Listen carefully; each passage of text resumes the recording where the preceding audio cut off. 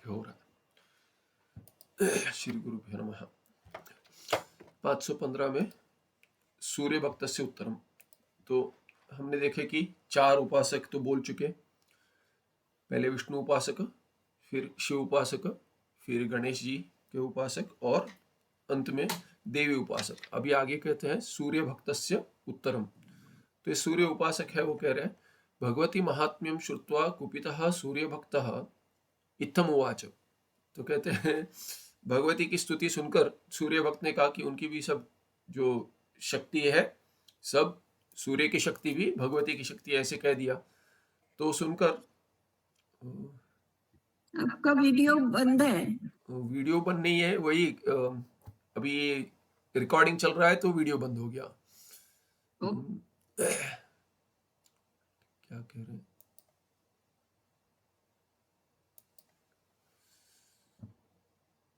हाँ भी ठीक है, आ रहा है, ठीक है।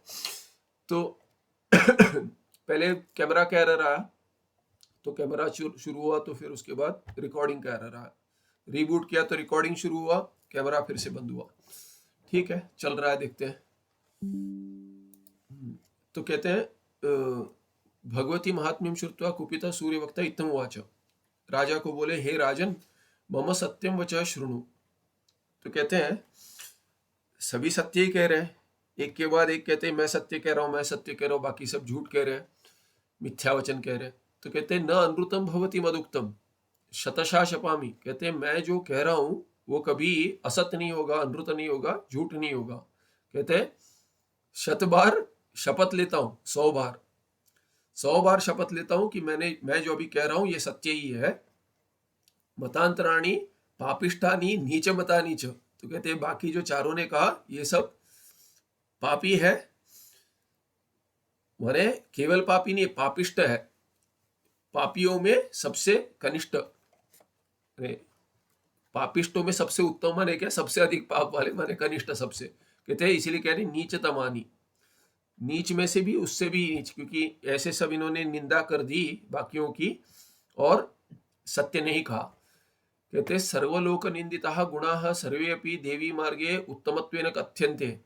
पहले हमने देखा है कि ये वाम मार्ग में कहते हैं सभी लोगों से निंदा जिसकी की जाती है, सभी लोगों से जो निंदित है, वैसे गुण जो है वो सभी गुण देवी मार्ग में कहते हैं उत्तम है कहते हैं। हमने देखा पिछले बार में कि घृणा आ जाए सभी को, वैसे वाले अत्यंत मलिन सब गुण की स्तुति करते हैं देवी मार्ग में, और ये कहते हैं कि सूर्य उपासना मत कीजिए। तो ऐसे इनको क्रोध आ गया। अत्यंत मलिनम मद्यम महापातक कारणम अपि तीर्थमित्युच्यते। किसको तीर्थ कहते हैं? मद्य, मदिरा। कहते हैं इस मदिरा को भी जो महापातक कारणम है, महापातक कारण मैंने पंचमहापातक में आते हैं वो, वास्तविक मद्य भी आता है, तो कहते हैं उसको तीर्थ कह देते हैं। मांस जो है क्या है, मरे हुए प्राणी का एक अंग है मांस, तो कहते उसको शुद्ध कह देते, मांसम च शुद्धमिति इति उच्यते उसमें देवी मार्ग में। विपरीत अर्थ अवबोधकम शंभुतंत्रम अननुष्ठेयम एव बौद्धागमवत। तो कहते हैं विपरीत अर्थ का अवबोधन, ज्ञान कराने वाला क्या है? शंभु तंत्र है, भगवान शिव जी में दिया होगा, किंतु क्या है कि विपरीत अर्थ का अवबोधन कराता है शास्त्र से। इसीलिए क्या है कि अननुष्ठेय, इसका तो अनुष्ठान नहीं करना चाहिए।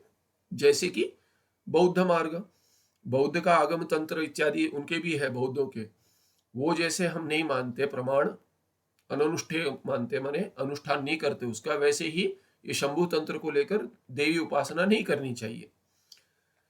वो भी किसमें देवी उपासना ने, ये वाम मार्ग की बात करें, वो आगे स्पष्ट करेंगे, इस पर एक टिप्पणी देख लेते हैं। कहते शंभु तंत्रम नाम, शंभु तंत्र क्या है?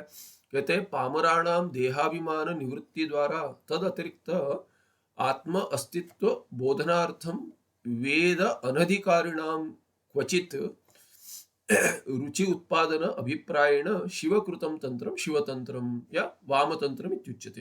तो शिवतंत्र या वामतंत्र जो है वो क्या है? शिवजी से निर्मित है, शिवकृत है तंत्र। तो किन के लिए कहते हैं? कहते हैं क्या, किस अभिप्राय से, किन के लिए बनाया? तो कहते हैं पामराणाम, पामराणु माने जो मंद है, अधिक नहीं समझ में आता, उनको शास्त्र का अभ्यास वगैरह नहीं कर सकते।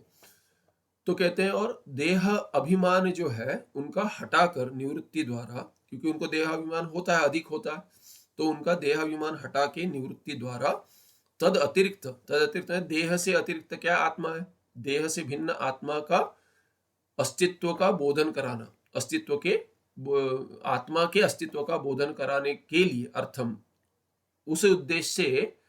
और किनके लिए कहते हैं पामर जो वेद में अनधिकारी है, वेद में अधिकार नहीं है इनका, इसीलिए कहते हैं क्वचित रुचि उत्पादन अभिप्रायण, कहीं उनको आत्मा और आत्म तत्व में कहीं रुचि उत्पादन हो जाए, इसीलिए क्या कहते हैं कि ये तंत्र निर्मित है, उनके लिए है, सभी को नहीं करना चाहिए। जिनको वेद में अधिकार है उनको वेद छोड़कर नहीं जाना चाहिए, ऐसा अर्थ हो गया। तो ये मूल में कहते हैं सर्व अनुष्ठान योग्यत्वेन दक्षिण संप्रदायस्य श्रेष्ठत्वे अपि, कहते हैं सर्व अनुष्ठान योग्यत्वेन, कि दक्षिण संप्रदाय जो है देवी उपासकों का, जो दक्षिण श्री विद्या में जो दक्षिण संप्रदाय, दक्षिण मार्ग, वो तो कहते कि वेद से अविरुद्ध है, और सर्व अनुष्ठान योग्यत्वेन, उसमें जो जो कहा है वो तो अनुष्ठान योग्य है, फूलों का प्रयोग करते हैं, कुमकुम इत्यादि का प्रयोग करते हैं, वो सब शुद्ध है, उसका सब कर सकते हैं, जल इत्यादि। तो हम भी जो अभी पंचांग पूजा करते इत्यादि, माने षोडश पूजा इत्यादि, ये जब जो है भिन्न भिन्न अंगों से पूजा करते हैं, उसमें जो जहाँ शुद्ध है, वैदिक मार्ग से अविरुद्ध है, इसीलिए कहते हैं उनका सब मुद्राओं का सब प्रयोग कर सकते हैं। तो कहते हैं वो सब सर्व अनुष्ठान योग्य है, सभी उसमें अनुष्ठान योग्य दक्षिण संप्रदाय में, इसीलिए श्रेष्ठत्व भी, वो तो श्रेष्ठ है वाम मार्ग से की तुलना में उसको श्रेष्ठ मानेंगे। फिर भी कहते यस्मिन सर्व मनोबंधो भवति तादृश सूर्याभावे सर्व अपि अंध एव स्यात्। तो कहते उस, क्योंकि दक्षिण संप्रदाय जो है वो श्रेष्ठ होने पर भी आप सूर्य की निंदा नहीं कर सकते। कहते कि जिसमें सूर्य के बिना सभी, तादृश सूर्याभावे सर्वः अपि अंधा एव स्यात्, कहते हैं सभी अंध हो जाएंगे, सूर्य नहीं होंगे तो सूर्य के किरण नहीं होंगे तो आप आँख खुले रखिए, बंद रखिए, अंधेरा ही दिखेगा, इसीलिए अंधवत कुछ आपको दर्शन नहीं होगा किसी का, इसलिए अंध हो जाएंगे। सर्व मनोबंध होती जिसमें, तो कहते हैं वो सर्व अवभासक सूर्य एव, इसीलिए सबका अवभासक जो है, जो जो भान कराता है किसी चीज, किसी भी वस्तु का, विषय का, वो सूर्य ही है। अभी क्या है कि प्रकाश अर्थ ले लिया, सूर्य तो वास्तविक प्रकाश देता है। अब ये प्रकाश आपके वेदांतियों में क्या है, प्रकाश क्या है, ज्ञान, ज्ञान को प्रकाश मानते हैं। तो ये सूर्य जो प्रकाश रूप है यहाँ पे लोक में, वही ज्ञान स्वरूप भी है, ये कह रहे हैं। सर्व अवभासक सूर्य एव तदभावे सर्वत्र सर्वम अंधकार व्याप्नुयात्। तो कहते कि पूरा अंधकार फैल जाएगा, गाढ़ अंधकार फैल जाएगा, कुछ नहीं दिखेगा यदि सूर्य नहीं हो तो। पदार्थ अवभासक तेज अंतराण्यपि सूर्यस्य अंशभूतानि एव। तो कहते हैं बाकी जो है, बाकी तेज कहीं दिखता है तो कहते सूर्य नहीं हुआ तो कि बाकियों का कहीं तेज होता है। तो कहते हैं पदार्थ अवभासक तेज जो जो है वो अंतर तेज नहीं, तेजो अंतराणी, क्षमा कीजिए, पदार्थ अवभासक तेजो अंतराणी अपि सूर्यस्य अंशभूतानि एव। यहाँ पे अवग्रह डाल दिया तो थोड़ी भ्रांति होगी। तो कहते हैं तेजो अंतराणी, एक ही शब्द है, तेजो अंतराणी अपि, जो पदार्थ का अवभाषण करने वाले भिन्न भिन्न तेज है। अर्थ तो मैंने सही कहा पर पढ़ने में गलती की। तो तेजो अंतराणी माने भिन्न तेज, सूर्य को छोड़कर भिन्न जो तेज है, जो प्रकाश देते, चंद्र हो जाए और कोई हो जाए, तो कहते हैं ये सब क्या सूर्य के अंशभूत है, केवल सूर्य के अंश का प्रकाश है उनमें। वो भी कहते हैं भानु समान को आस्ति लोकस्य हितकारी। वैज्ञानिक भी मानते हैं कि ये प्रपंच चल ही रहा है क्योंकि सूर्य है, सूर्य के बिना जीव नहीं जीवित रह सकता, क्योंकि सूर्य ही वर्षा भी कराते हैं, वर्षा भी सूर्य ही कराते, ऋतु करा तो ऋतु भी भिन्न भिन्न सूर्य के किरणों को लेकर, सूर्य की गर्मी को लेकर ही होते हैं। तो कहते हैं भानु समान, भानु माने सूर्य, सूर्य के समान कोई दूसरा लोक का हित करने वाला कोई नहीं है। को वास्ति माने कोई नहीं है, ऐसा अर्थ हो गया। परहितार्थम एव असो अंतरिक्षे अविश्रमम परिभ्रमति। तो आक्षेप किया था पहले कि देखिए आपका सूर्य यहां से वहां, वहां से यहां भटकते रहता है। तो कहते हैं कि स्वयं जो भटक रहा है आपको क्या देगा? तो कहते हैं ये क्यों भटक रहा है? ये दूसरे के उद्धार के लिए भटक रहा है। कहते हैं परहितार्थम, दूसरे के हित के लिए अवभास एव असौ अंतरिक्षे अविश्रमम परिभ्रमति। आपके सभी देवता जो सब विश्राम कर लेते हैं, कहते हैं सूर्य कभी विश्रांति नहीं लेते। आपको विश्रांति दे देते, कहीं और चले जाते हैं, आप सो जाए, फिर दूसरों का उद्धार कर कर आते हैं, वो सो जाए आपका उद्धार करने वाले। तो कहते हैं कि दूसरे के हित में लगे हुए सूर्य, और इसीलिए वो परिभ्रमण करते हैं, नहीं अपने लिए, न कि सर्वम ही कार्यम कालाधीनमेव, कालाय तस्मै नमः, कहते हैं सभी काल के अधीन है। काल कैसे पता चलता है आपको? कहते सूर्य बनाता है काल। स एव एकः अपि भूत भव्य भविष्यद रूपेण त्रिधा उच्यते। काल क्या है कि भूतकाल, वर्तमान काल या भव्य और भविष्यत काल, ऐसे तीन कालों में बटा हुआ है। वो काल कौन बनाता है? ये काल आज का दिन, कल का दिन, ये सब सूर्य को लेकर ही। सूर्योदय से सूर्य, दूसरे सूर्योदय तक कहते हैं। दिन कैसे, दिन की परिभाषा क्या है? सूर्योदय से सूर्यास्त, ये दिन की परिभाषा है। सूर्यास्त से सूर्योदय तक रात की परिभाषा है, रात्रि की। तो कहते हैं सूर्य गत्या एव सूत्रात्मतया सर्वाः क्रियाः क्रियन्ते। तो सूत्रात्म माने हिरण्यगर्भ। तो कहते हैं सूर्य की गति से ही सभी क्रिया सूत्रात्मतया क्रियन्ते। यहाँ पे सूत्रात्म वो अर्थ नहीं है सूत्रात्मतया। सूत्रात्म ये प्रयोग हिरण्यगर्भ के लिए भी होता है। यहाँ पे सूत्रात्म ने जैसे कि सूत्र आत्मा है किसी का, यहाँ पे जैसे माला है या फूलों की माला है, उसमें सूत्र ही बांधता है सबको। तो सभी क्रिया कैसे बद्ध है? कहते हैं सूर्य गति से बद्ध है। सभी क्रिया क्या है कि जैसे सूर्य सूत्र हो गया उनमें, और सूत्र के द्वारा सब बंधे है क्रिया। तो यही उनका स्वरूप, स्वरूप में तो उनका आत्मा यही है, माने उनका आधार यही है, ऐसे अर्थ होगा।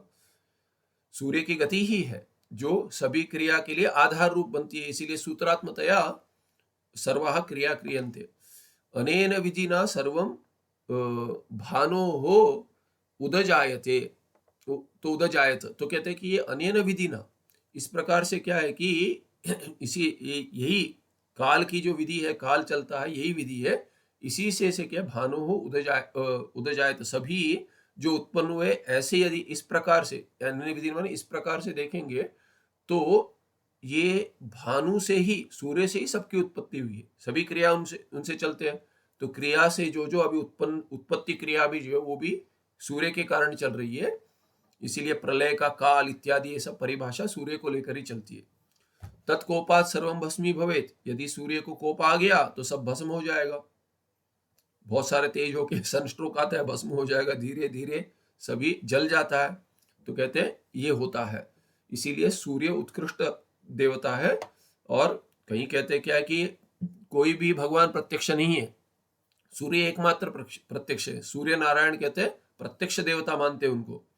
तो कहते हैं ऐसे हमारे सूर्य की उपासना है, ऐसे सूर्य की हमारी उपासना है। तस्य साकार निराकार भेदेन रूपद्वयं भवति। तो कहते हैं ये आप ये सूर्य जो दिखता है साक्षात जो नारायण है, केवल एक ही रूप ही नहीं उनका, आपको तो प्रकाश रूप दिखते हैं जो आप देख भी नहीं पाते, किंतु साकार और निराकार दोनों है। आकार के साथ भी है सगुण, और निराकार भी है निर्गुण, ये सूर्य। तो इसीलिए कहते हैं रूपद्वयं भवति, साकार और निराकार भेद से दो रूप है। तत्र निराकार प्रकाश सकल नाम रूपे व्याप्य वर्तते। ये निराकार जो है ना, ये प्रकाश निराकार प्रकाश है, सभी नाम रूप में को व्यापन कर कर में सभी जगह है। जहां जहां नाम रूप है वहां सब सूर्य का प्रकाश पहुंचता है। वर्तते यदेव च वेदांतिभिः भाति इति शब्देन व्यवह्रियते तदेव निराकार प्रकाशात्मकम आदित्यगतम निराकार स्वरूपम। तो कहते हैं कि घटा भाति, पट भाति इत्यादि जो भान होता है वेदांतियों का, जो पहले बताया मैंने कि ये वेदांति को जो भान प्रकाश रूप मानते हैं, ये घटाभाति पटाभाति क्यों होता है? ये जो वेदांती मानते हैं ज्ञान के कारण होता है, वहां पे घटावच्छिन्न चैतन्य, पटावच्छिन्न चैतन्य, ये चैतन्य की जो परिभाषा है वहां पे कहते हैं वेदांती जो भाति ऐसे कहते हैं, भाति शब्द है ना, ज्ञान जो व्यवहार करते हैं, ज्ञान ऐसे ज्ञान का व्यवहार होता है। तदेव निराकार प्रकाशात्मकम, वही निराकार प्रकाश है। घटा नाम में पट नाम में जो प्रतीत होता है उस आकार में, तो कहते हैं वो ज्ञान, जो ज्ञान का जो आकार है वो निराकार ही उसका आधार है। ये उसी को अंतिम में तो आप ज्ञान जो कहते हैं वेदांती, वही है ये निराकार प्रकाशात्मकम आदित्य कथम। आदित्य जो सूर्यमंडल में निराकार स्वरूप जो है वही है ये सूर्य का।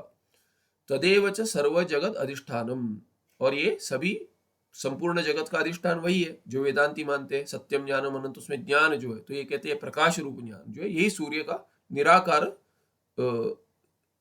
रूप है। निराकार रूप है, ये रूप है पर निराकार है वो, तो कहते हैं ऐसा रूप है, यानी एक प्रकार है, तो दो प्रकार में से एक प्रकार निराकार है, वही जगत का अधिष्ठान है।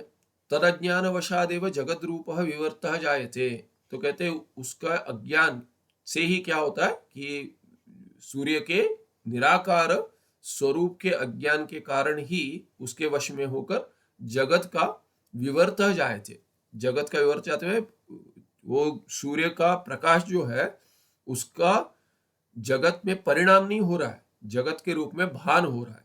इसीलिए अभी वैज्ञानिक क्या कहते हैं, वो प्रकाश ही आपके आंख तक पहुंच रहा है, सभी जो दिख रहा है वो प्रकाश है।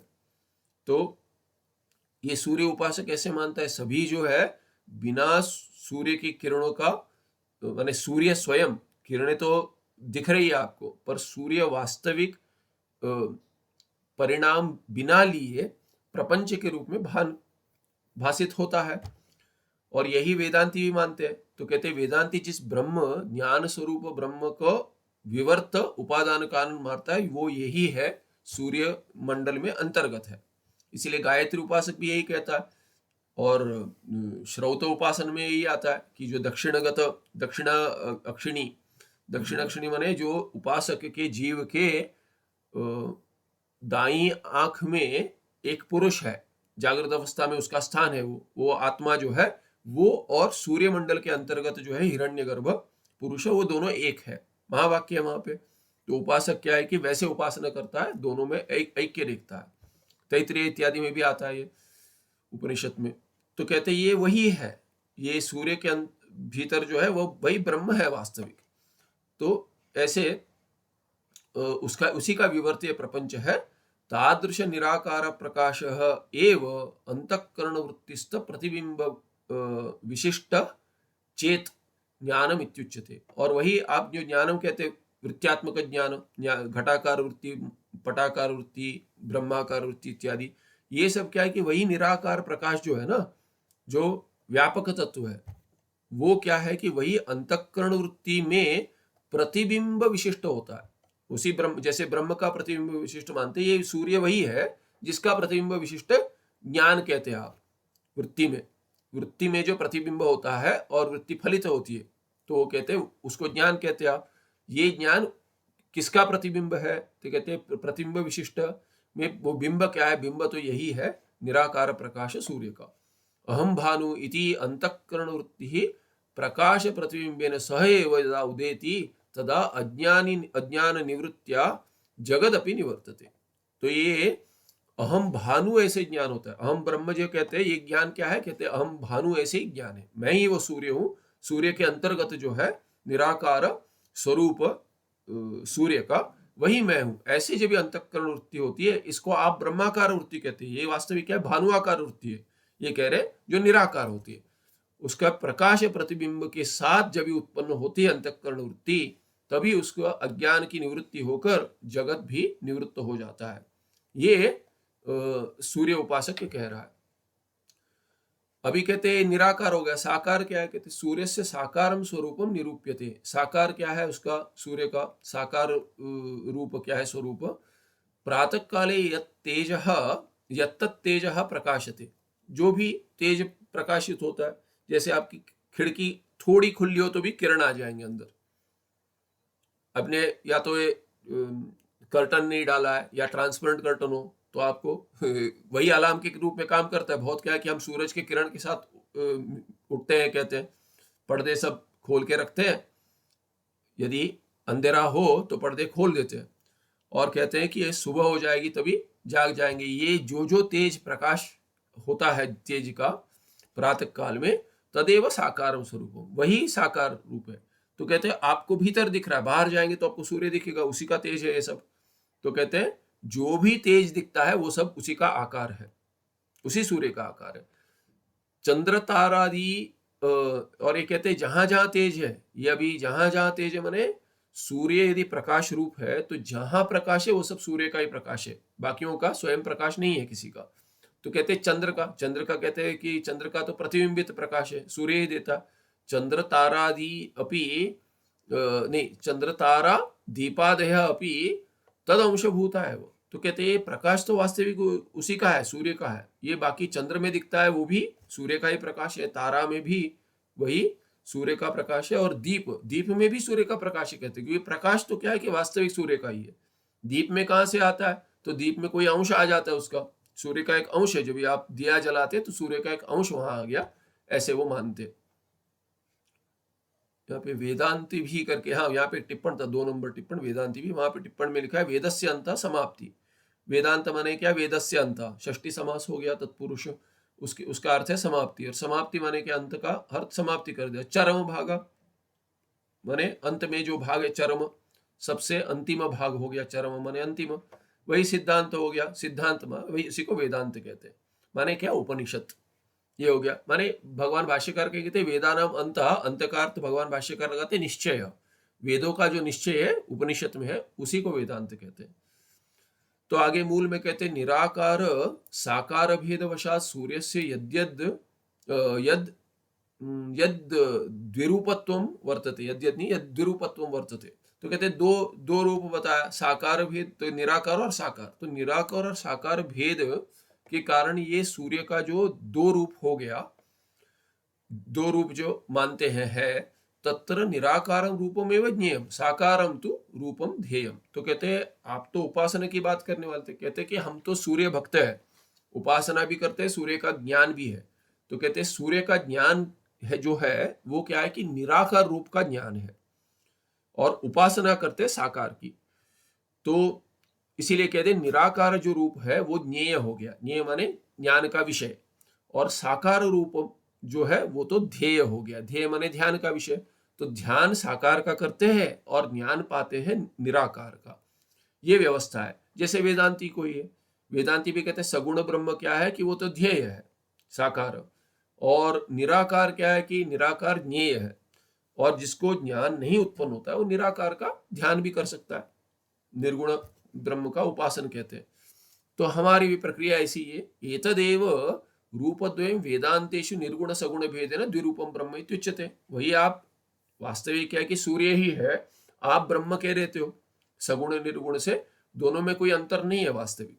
तो कहते वही ब्रह्म है जो सूर्य के अंतर्गत है, वही आपके उपनिषद में भी आता है वास्तविक। ऐसे कहते हैं यत्र ही कालत्रयेऽपि अंधकारलेशोऽपि न संभवति तद दर्शन मात्रादेव सर्वे अपि स्वस्व कर्माणि आरभन्ते। तो कहते हैं यत्र कालत्रयेऽपि अंधकारलेशोऽपि न संभवति। तो कहते हैं जहां सूर्य में, देखिए सूर्य यहां से वहां जाता है तो यहां अंधेरा हो जाता है, वहां प्रकाश हो जाता है, वहां से यहां जाता है तो वहां अंधेरा हो जाता है, यहां प्रकाश होता है। पर सूर्य में कोई अंधेरा है क्या? सूर्य पर तो सूर्य लोक कहेंगे, तो सूर्य के गोलोक पर सूर्य में कहां से अंधार होगा, अंधकार होगा?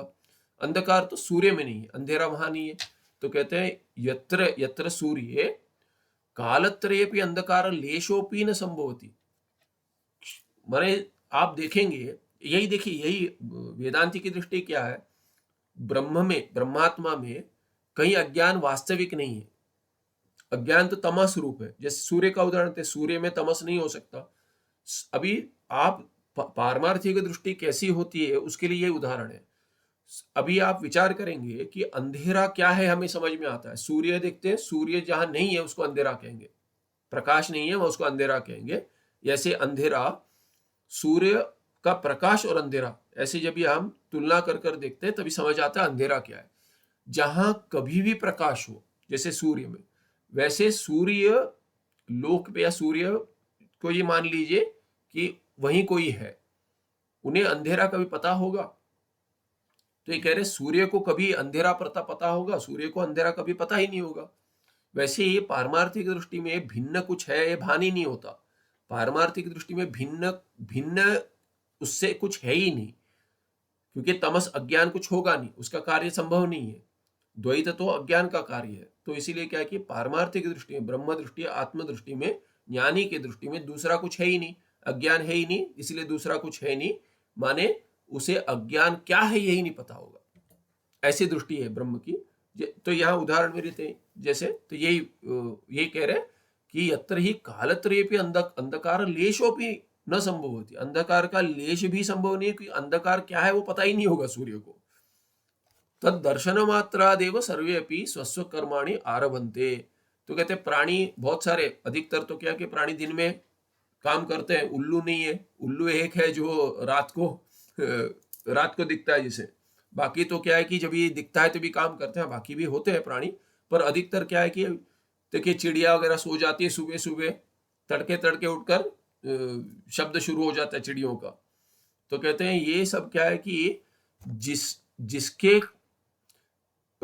जिसमें तीनों काल में जहां अंधेरे का एक अंश भी नहीं संभव है, और जिसके दर्शन से, माने जिसके प्रकाश के दर्शन से सर्वे अपनी सभी जीव प्राणी अपना कर्म शुरू कर देते हैं। तो इसीलिए कहते हैं देखो सूरज उग गया, अभी तक लेटे सोए हो, तो कोई प्राणी भी नहीं सोता, आप सोए हो कहते हैं मनुष्य। तो इसीलिए क्या है कि ये सभी प्राणी सूर्य के दर्शन से अपना कर्म शुरू कर देते। स एव विनिद्रः सदा जागर्ति देवा। विनिद्रा ये विगता निद्रा यस्मात्, ये बहुरी है, जिससे निद्रा चली गई, माने निद्रा है ही नहीं, ये कभी सोते ही नहीं है। ऐसे सूर्य भगवान जो है सदा जागर्ति देवः, वही देव जो है जो सभी देवताओं की तुलना में एक ही है जो जागृत रहते हैं। तद्ध्यानाद अंधकारो विनश्यति, इसीलिए उनके ध्यान मात्र से क्या, पहले कह दिया कि केवल दर्शन मात्र से ही जो कर्म शुरू कर देते हैं उनके ध्यान से क्या होगा, कहते ध्यान से तो सभी अंधकार का नाश हो जाएगा, आपका अज्ञान का नाश हो जाएगा। इतरे देवा जागृति इति एतन मिथ्या इति विद्धि इति। तो कहते ये केवल सूर्य ही जागते हैं, तो प्रत्यक्ष आपको पता है, बाकी कोई नहीं जागता, सब परोक्ष है, अपरोक्ष कोई नहीं है। कहते सूर्य प्रकाश जो है आपको प्रत्यक्ष है, सूर्य प्रत्यक्ष है, तो प्रत्यक्ष देवता है, और जो मैं कह रहा हूं ये सत्य आपको ही पता चलेगा। राजा कहते राजा को, हे राजन ये सभी देवताएं जागते हैं, ये तो मिथ्या वचन है, कोई सिद्ध नहीं कर सकता। कहते सूर्य जागते हैं तो सिद्ध होता है। इसीलिए कहते इतना जानो कि बाकी सबने मिथ्या वचन किया, मैंने एक सत्य बोला है। ये हो गए 515 तक सब उपासना। 516 में कहते पूर्वोक्त मतानुवाद स्मार्त मतंच। तो कहते भी स्मार्त मत क्या है, ये 5 उपासक आगे राजा को बता रहे कि हम श्रेष्ठ, हमारा उपासन श्रेष्ठ है, हमारे ध्येय उपास्य देवता श्रेष्ठ है, इसलिए इन्हीं का ध्यान कीजिए आप। तो अभी इन सब मतों को लेकर उसका अनुवाद कर कर स्मार्त मत क्या कहते हैं, स्मार्त स्मृति संपन्न मत जो शंकराचार्य का मत है वो क्या है, उपनिषद से के आधार से बना हुआ। तो कहते हैं उक्तानाम उपासकानाम यथा परस्पर विरुद्ध अभिधायकत्वम एवमेव अन्येषामपि बहुनाम पंडितानाम स्वस्व बुद्ध्यानुसारतः विरुद्ध अभिधायित्वम एव। तो कहते हैं अभी जैसे सूर्य उपासक हो या शुरू हुआ था विष्णु उपासक से, ये पांचों उपासक जो है उनमें जो बतलाए है उनमें यथा परस्पर विरुद्ध अभिधायकत्व, दो सभी में परस्पर विरोध है। जैसे सभी में परस्पर विरोध है, एक भी दूसरे की उपासना को नहीं मानता, सभी एक दूसरे को की उपासना को नीचा दिखाते। एवं एवं अन्येषामपि, ऐसे बहुत सारे उपासना है, एक उपासना नहीं, ऐसे बहुत सारे उपासना है, उनमें भी परस्पर विरोध है। अन्येषामपि बहुनाम पंडितानाम, अभी कहते हैं ये उपासकों में विरोध है, वैसे पंडित तो ये 5 खड़े हुए वहां पे, बाकी पंडित भी बैठे हैं सभा में, उनका मत सुनेंगे, उनमें भी एक दूसरे के मत से विरोध है। अर्थ क्या हो गया? सभी उपासनों का, सभी मतों का एक दूसरे से विरोध ही है, परस्पर विरोध है। इसीलिए कहते हैं स्वबुद्धि, स्वस्व बुद्धि अनुसारता विरुद्ध अभिधायित्व। जितनी उनकी बुद्धि है उतना भी विरोध कर सकते हैं, उतना विरोध ही करेंगे और कुछ नहीं करेंगे। पता नहीं है तो नहीं कर सकते, पर कहेंगे कि जितना पता है उतना विरोध ही है। अपने अपने बुद्धि से वो विरोध कथन ही करेंगे। यहाँ पे टिप्पण एक अन्येषाम अपि पे कह रहे, अन्येषाम ने योगी, नैयायिक, हिरण्यगर्भीय, विराट उपासक, प्रजा कामादि मत अभिमानी नाम। तो ये कौन है? कहते पंडित, कहते कि योगी हो सकते हैं, नैयायिक भी है। कहते हिरण्यगर्भीय, हिरण्यगर्भ उपासक है, विराट उपासक है, विराट का उपासन करता है कोई, या प्रजा कामादि, प्रजा काम चारवा कहते, प्रजा कामादि बाकी भी होते कोई। बहुश्याम प्रजा है, जैसे भगवान की इच्छा है वैसे मनुष्य में होते हैं कि मेरा भी ये कुटुंब बड़ा हो इत्यादि। ऐसे इससे जो है प्रजा कामादि मत वालों का, सभी का उसमें अभिमान जिनका है वो सब विरोधी है, एक दूसरे से परस्पर विरोध है। तो अभी सबका परस्पर विरोध है, अब इसका निर्णय कैसे होगा, कौन ठीक है? तो कहते यद्यपि स्मार्ता पंडिता पूर्वोक्तासु पंचसु अपि देवतासु भेदबुद्धिं न कुर्वन्ति तथापि। तो कहते स्मार्त मत जो है, जो भगवान शंकराचार्य क्या कह गए कि ये 5 अलग अलग देवताएं मानते हैं मुख्य, ये सब उपासना इनकी भी कीजिए, इनकी भी पूजा कीजिए, पांचों की कीजिए, मुख्य एक को मानकर बाकी इष्ट एक मान लीजिए। जैसे भगवान नारायण विष्णु को यदि मुख्य मानते हो तो सालग्राम बीच में रख के बाकी शिवलिंग इत्यादि, गणेश जी, सूर्य और ये कहते हैं कि क्या शिवलिंग, देवी इत्यादि, ये चारों आप भिन्न भिन्न दिशा में रख सकते हैं। बीच में आप रख लीजिए सालग्राम। यदि आप शिव जी के उपासक है, वो इष्ट देवता है, तो बीच में आप शिवलिंग को रख दीजिए, बाकी सालग्राम इत्यादि उसके बगल में रख दीजिए और पूजा कीजिए। ऐसे ही आप पांचों पंचायतन पूजा कीजिए, पांचों की पूजा की, एक मुख्य लेकर बाकी 4 को गौण मानकर कर सकते हैं आप, पर पांचों की कीजिए। गौण माने आपकी पूजा में, वास्तविक गौण ऐसे दृष्टि नहीं रखनी है। पूजा में कह दे मेरे लिए मुख्य आराध्य ये है, सभी एक मानेंगे, फिर भी सभी एक मानेंगे। तो कहते हैं स्मार्त मत है। तो कहते हैं यद्यपि स्मार्ता पंडिता पूर्वोक्तासु पंचसु अपि देवतासु भेद बुद्धिं न कुर्वन्ति। किसी पांचों में भेद नहीं करते स्मार्त उपासक जो है, फिर भी क्या है, तथापि तन्मतमपि एतन्मत विरोध्येव। इनका जो मत जो है, इनका ये हम कहेंगे पांचों का उपासन है तो सभी कहेंगे नहीं नहीं नहीं करना, एक का ही करना। तो इसीलिए विरोध है। परस्पर विरोध कैसे हुआ? कहते हैं कि पांचों उपासना करने वाले जो, या पांचों की पूजा, पंचायतन पूजा करने वाले जो स्मार्त है, वो कहेंगे बाकी ठीक नहीं है, एक एक की करते हैं, दूसरे की निंदा करते हैं। और बाकी भी कहेंगे आप पांचों की करते हो, हम एक एक की करते हैं, आपका ठीक नहीं है। इसलिए परस्पर विरोध उनमें भी है। वैष्णव से तो इदम मतम, तो वैष्णव का क्या मत है? नहीं विष्णु तुल्यमस्ति देवतांतरम। अन्य देवता कोई, अन्य देवता विष्णु के तुल्य है ही नहीं, ये उनका वैष्णव का मत है। इतरे सर्वे अपि देवा विष्णु भक्ता है। और बाकी क्या है कि जो बताया उसी का भी ये कह रहे, संक्षेप बता रहे कि सभी देव क्या है कि विष्णु जी के भक्त है। विष्णु हो श्री राम कृष्ण नारायणादीनि नामानि यह तू इतर देवता नाम भी ही समतया जानाति। तो कहते विष्णु के जो नाम है, यह तू विष्णु हो श्री राम कृष्ण नारायणादीनि नामानि और इतर देवता नाम भी समतया जानाति स नाम अपराधी स्यात्। तो विष्णु उपासक क्या कहता है कि विष्णु भगवान सबसे श्रेष्ठ है, उनके तुल्य कोई नहीं है। ऊपर तो छोड़ दीजिए, ऊपर की बात ही नहीं करते हम कि ये सोचना भी पाप है, उनके तुल्य सोचना भी पाप है, उनके तुल्य भी कोई नहीं है कहते हैं। तो आप तो पंचायतन पूजा करके विष्णु जी के साथ शिव जी को बिठाते हो, गणेश जी को बिठाते हो, भगवती है और सूर्य है, तो इसके सब एक मानते हो। ये सब गलत है, ये दोष है। कहते हैं कोई उनके तुल्य नहीं है, ऊपर कहां से होंगे? तो बोलते आप तुल्य मानते हो, ये दोष है, ये पाप है कहते हैं। तो वो कहते हैं विष्णु के जो है श्री राम कृष्ण नारायण इत्यादि नाम है, उनके विष्णु जी के नाम है, और यह तो इतर देवता नाम भी, अभी शिव जी, गणेश जी, भगवती इत्यादि नाम के साथ इनका नाम समझ जानते हो, नाम भी यदि एक मानते हो आप, भगवान तो बहुत दूर, कहते हैं कि ये इनका नाम भी यदि आपने विष्णु नाम जप कर रहे हो, श्री राम जी का नाम जप कर रहे हो, कृष्ण जी का नाम, नारायण इत्यादि ये विष्णु के नाम है, इनका नाम जब भी जप कर रहे हो आप, इनमें से किसी रामचंद्र जी का नाम या कृष्ण जी का, नारायण, कुछ विष्णु का, कोई भी नाम जप कर रहे हो, इस नाम में अभी इतर देवता के नाम के साथ यदि आपने सम मान लिया, स नाम अपराधी स्यात्, तो नाम का अपराधी हो गया।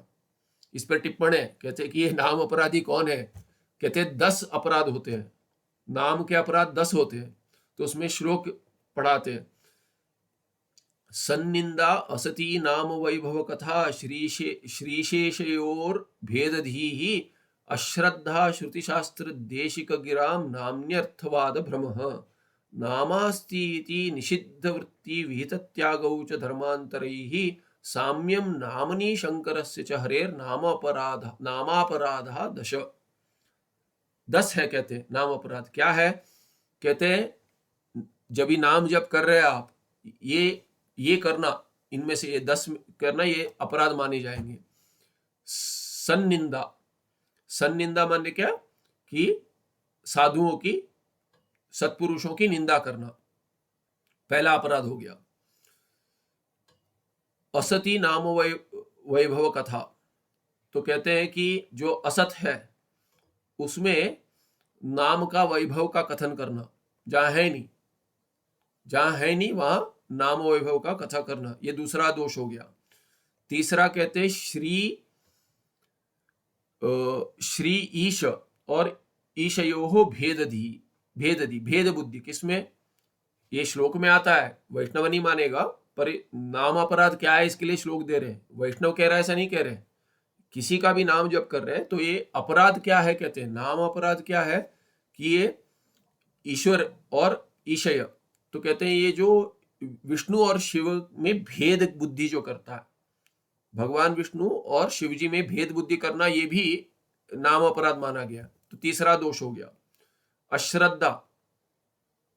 अश्रद्धा श्रुति शास्त्र देशिक गिराम, एक साथ जाएगा, श्रुति में अश्रद्धा चौथा अपराध हो गया, शास्त्र में अश्रद्धा, शास्त्र में अश्रद्धा हो गया पांचवा अपराध।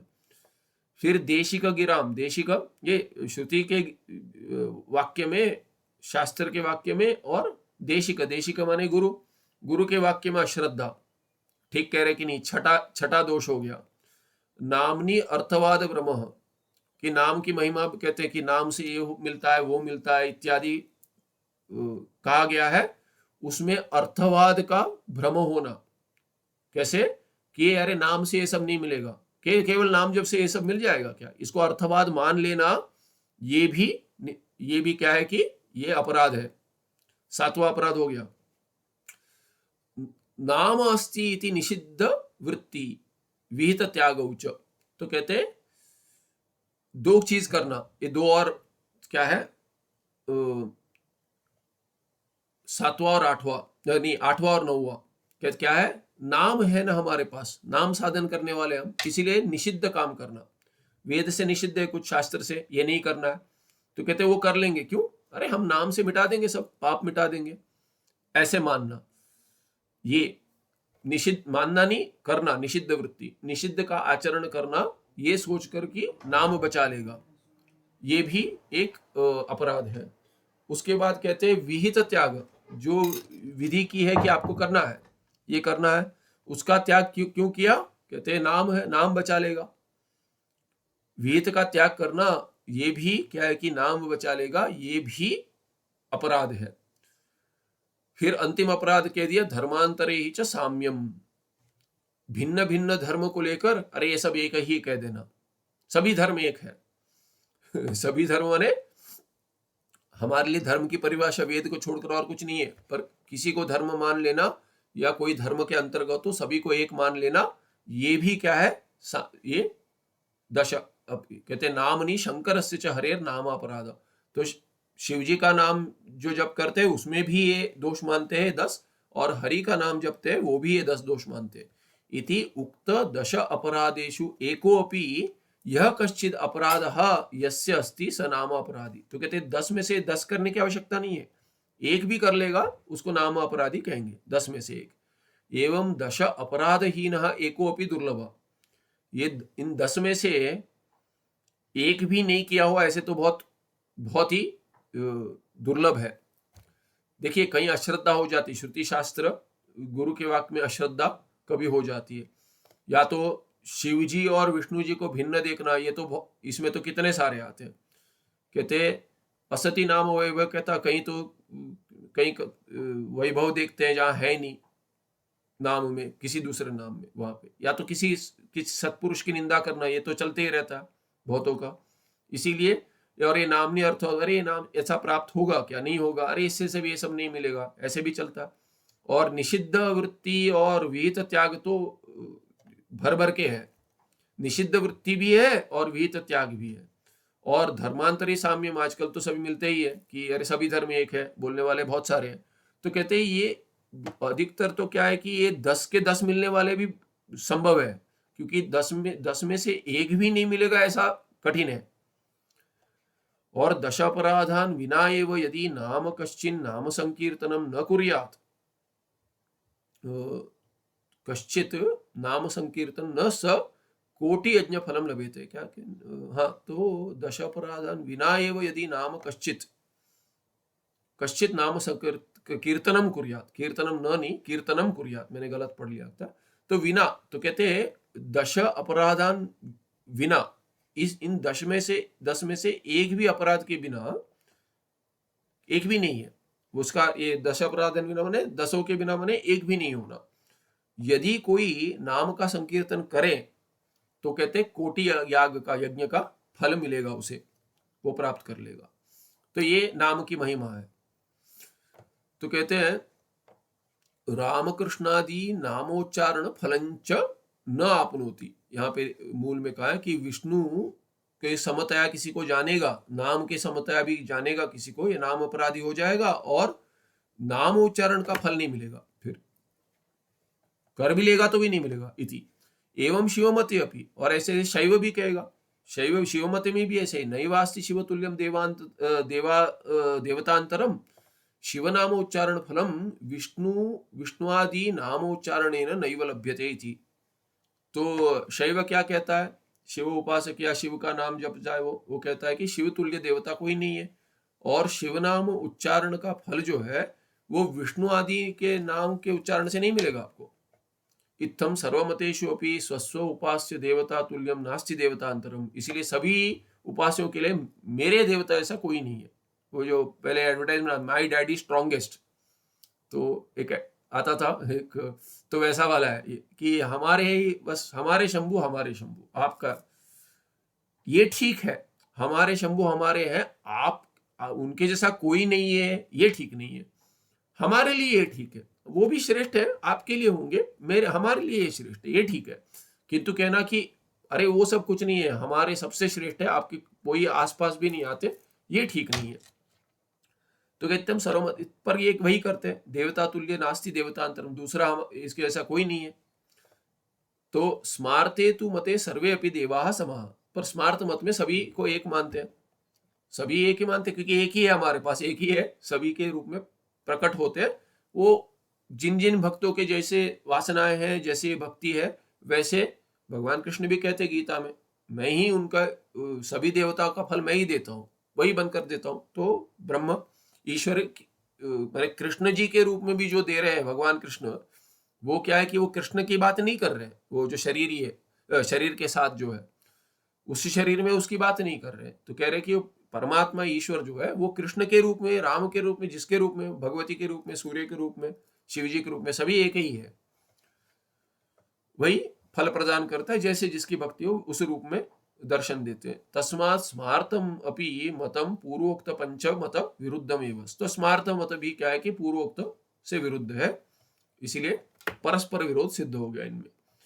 अभी कहते षट्शास्त्राणाम परस्पर विरोध, ये हो गया उपासकों का विरोध। अभी क्या कहते हैं 517 में कह रहे कि 6 शास्त्र जो है दर्शन, उनमें भी परस्पर विरोध है। कहते सांख्य, पातंजल, न्याय, वैशेषिक, पूर्व मीमांसा, ऐसे मत हो गए।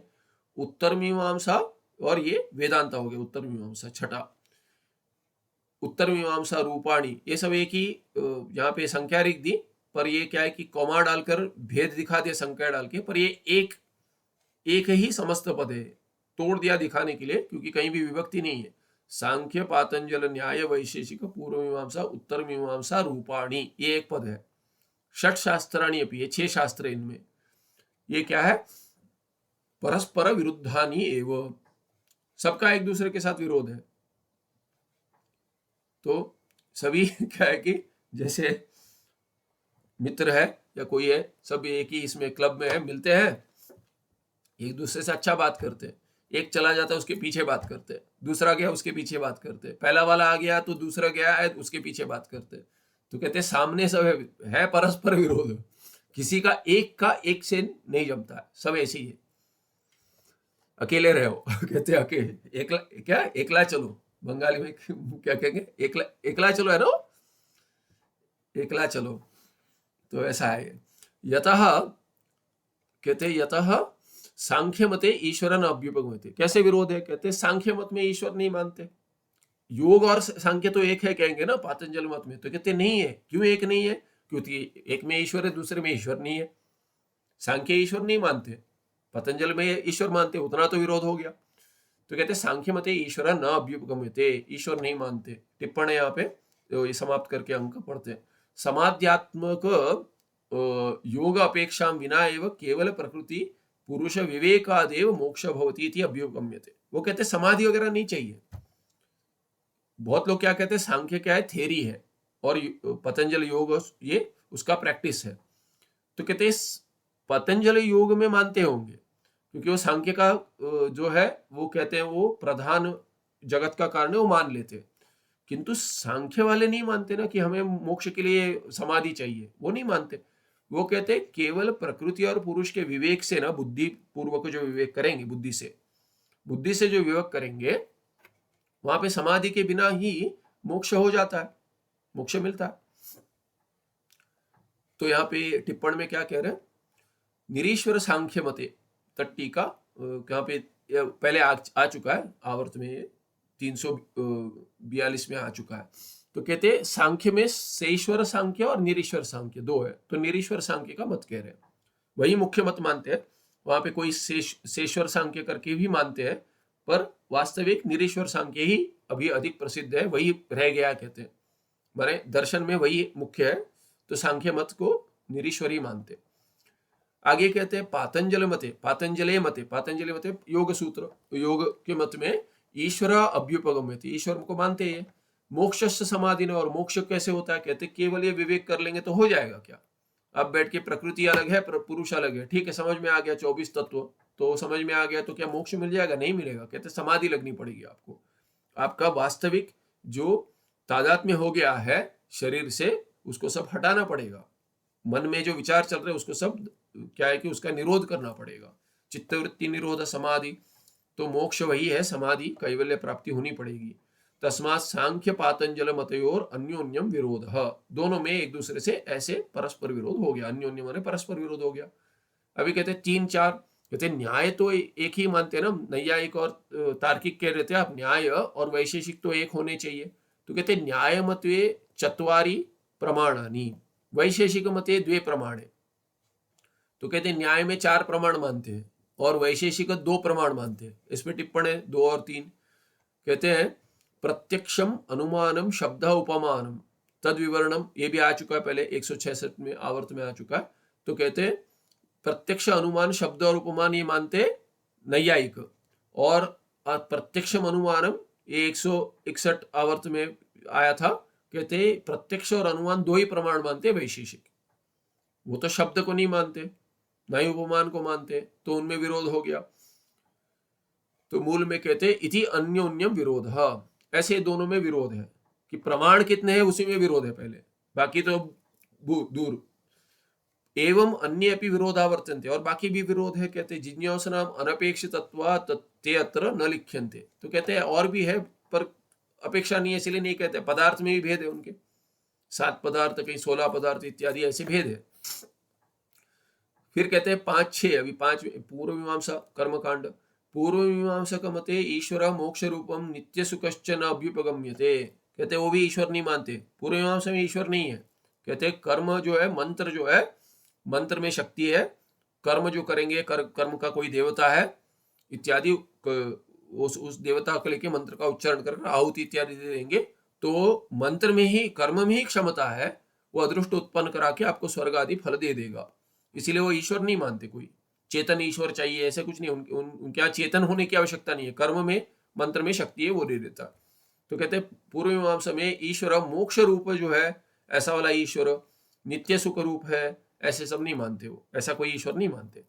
किंतु कर्मजन्यम विषय सुखम एवं पुरुषार्थ इत्युच्यते। तो कहते हैं कर्म से जो उत्पन्न होता है ना अदृष्ट, और उससे विषय सुख मिलता है, यहाँ मिले या तो स्वर्ग में मिले, भिन्न लोक में मिले, वो सब विषय सुख, ये वही पुरुषार्थ है। कहते सुख चाहिए ना आपको, आनंद चाहिए, सबको आनंद ही चाहिए, तो कहते स्वर्ग सुखात्मक है, तो स्वर्ग चले जाइए, इससे अधिक सुख वहां पर है। तो कहते उसके लिए क्या करना पड़ेगा, कर्म करो, कर्म करोगे तो सुख मिलेगा। जितना अधिक कर्म करोगे, कर्म माने जितना अधिक वेद या वर्णाश्रम कर्म करोगे, उतना ही तुमको अधिक सुख मिलेगा। तो करते ही रहोगे तो सुख मिलता ही रहेगा, तो यही मोक्ष है, और कुछ नहीं है। कहते उत्तर मीमांसा वेदांत, उत्तर मीमांसायां तो ईश्वर मोक्षश्च अंगीक्रियते। तो ईश्वर भी मानते, मोक्ष भी आनंद रूप मानते हैं, और विषय सुख नहीं मानते उसको। विषय सुख भी अपने ही आत्म के ही सुख की अभिव्यक्ति मानते हैं, और उसको पुरुषार्थ नहीं मानते। जो विषय सुख को पुरुषार्थ मानते हैं पूर्व मीमांसक, उत्तर मीमांसक नहीं मानते। विषय सुखम न पुरुषार्थ, विषय सुख को पुरुषार्थ कहता है। आजकल लोग मानते हैं इतना सुख चाहिए, इतना सुख चाहिए, वो भी कहते हैं कर्म करो, अधिक अधिक।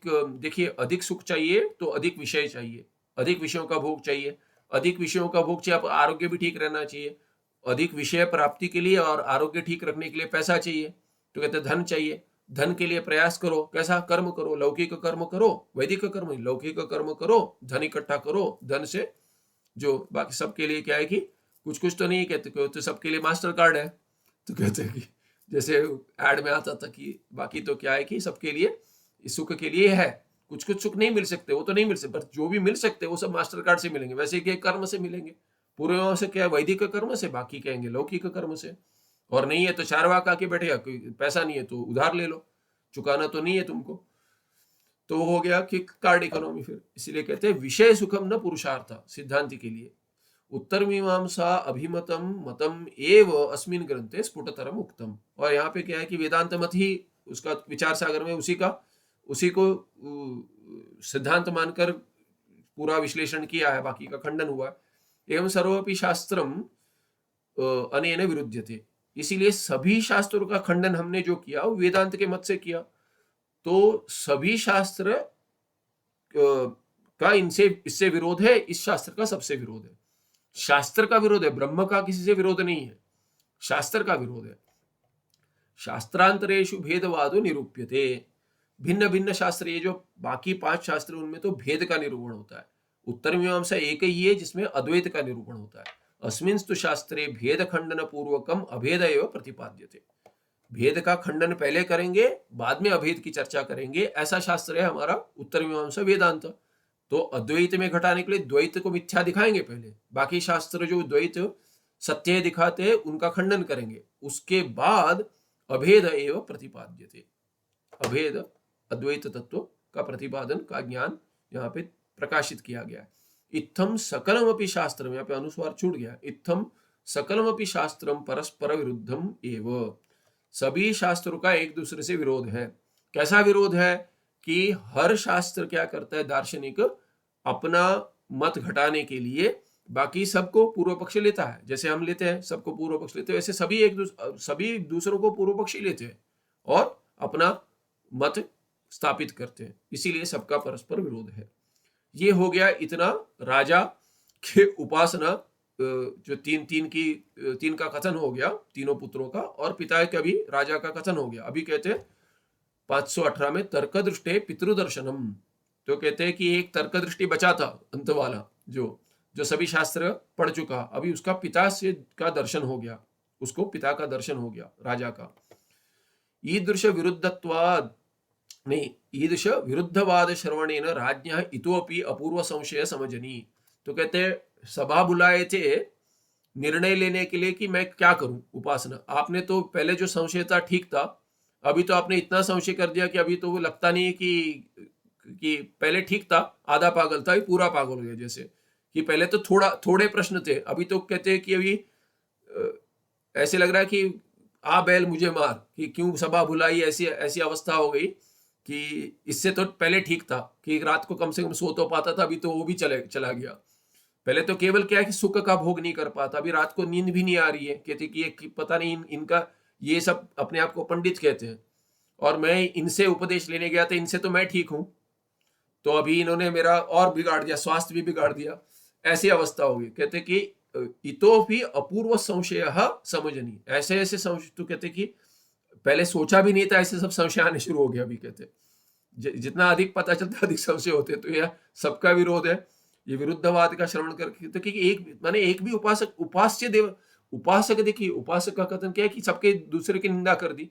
तो कहते कोई उपास्य भी ठीक नहीं है। माने किन में श्रद्धा डाले, किसी में श्रद्धा आती, कौन श्रेष्ठ है। इन्होंने देखिए एक से एक कनिष्ठ दिखा दिया, उपास्य एक से एक कनिष्ठ दिखा दिया।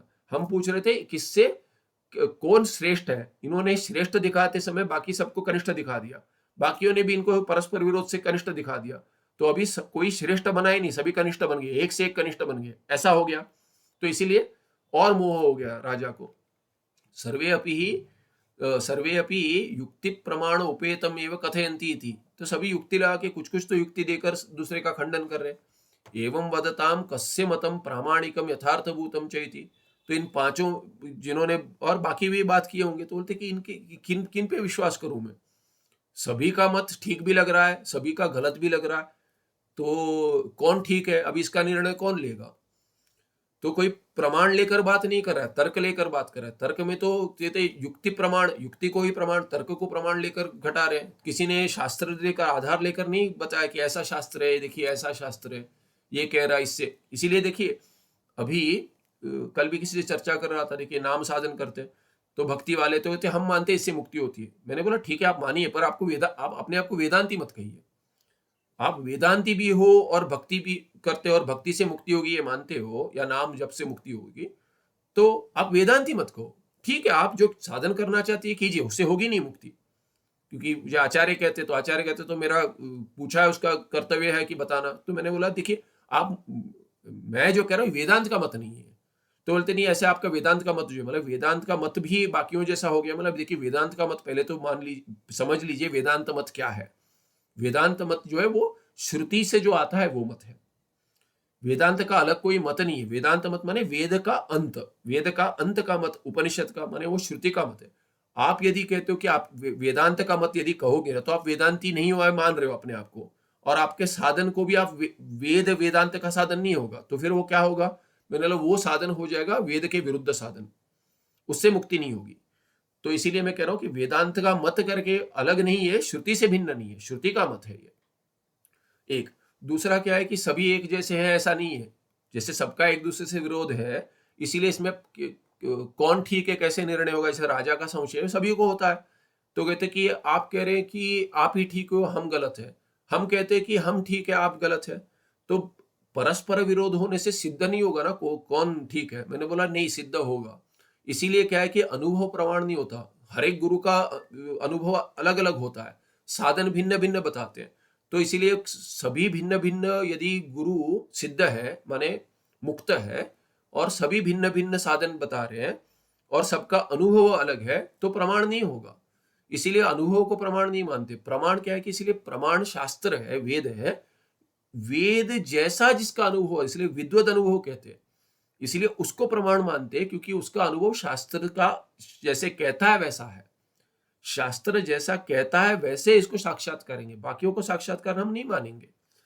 तो इसमें कहने का कि बहुत वर्ष चले जाते हैं, प्रामाण्य बुद्धि में बहुत वर्ष जाते हैं, सहज नहीं है, बड़े बड़ों के बहुत वर्ष जाते हैं। इसलिए इसमें एक साधन लेकर चलना अंत तक ये करना चाहिए। बाकी सब चित्त शुद्धि का कारण बनते। मैं किसी की निंदा नहीं कर रहा हूं, मैंने कहा सभी साधन ठीक है चित्त शुद्धि के लिए, मोक्ष केवल ज्ञान से होगा, ये स्पष्ट होना चाहिए। उनको भी बताया मैंने, तो संदर्भ में आता है इसलिए बता रहा हूं। तो यहाँ पे भी ये संशय आता है, इसलिए ऐसे उत्पन्न हो गया।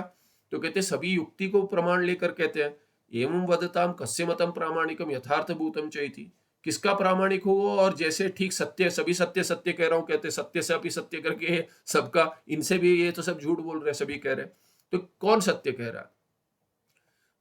इसमें अधिक बचाइए, अगले पाठ में देखेंगे। तो ये इसका अभी उत्तर तर्क दृष्टि से मिलकर प्राप्त होगा, ये अगले पाठ में देखेंगे। सुखम नित्यं स्वप्रकाशम व्यापकं नाम रूप अधिष्ठानं बुद्ध्य बोध्यं बुद्धेर्दृक्यत्व निर्मल पारम सर्व वेदांत वेद्यं प्रत्यक परम तदेव हन्नमत्तो नीति निश्चितामति। नमस्ते, धन्यवाद।